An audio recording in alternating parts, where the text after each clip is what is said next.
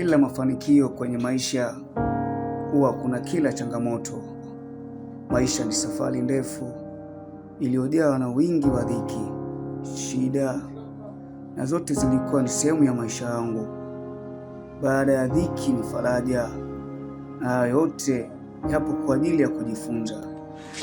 Mchicha, mnavu, mkunde bei ya 10, fungu bei ya 10. Tumetuma kuja tuwakumbusha wazazi kuhusu malipo ya ada ya shule. Mchicha! Usijali mama, na kuahidi nitatia bidii masomoni. Kulingana na uchumi, ukiangalia jua kali. Sasa, yani pale ni Romeo and Juliet. Wao wangapi utajuaje shoga? Wanangu ananihitaji, mke wangu ananihitaji, na hasa majukumu ya shemeji nao ni ya bebe mimi baba. Baba, mimi siwezi. Jike ovya. Wewe kijana wewe. Kijana wewe.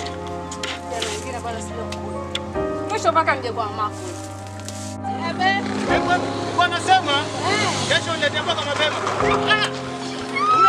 Ameua jamani, ameua. Na vipi? Amekamatwa?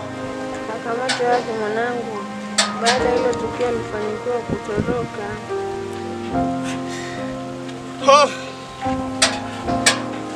Kama mtoto wako alishindwa kusoma, achane na msichana wangu kabisa. Na umwambie.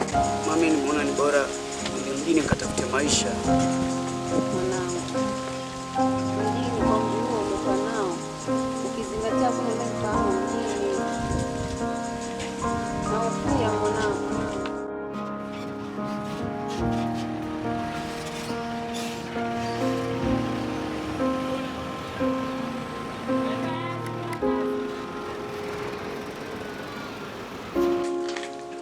Oya, muda. Mama kabla panga anaja kuvaa. Ni bado ndugu yangu cheki.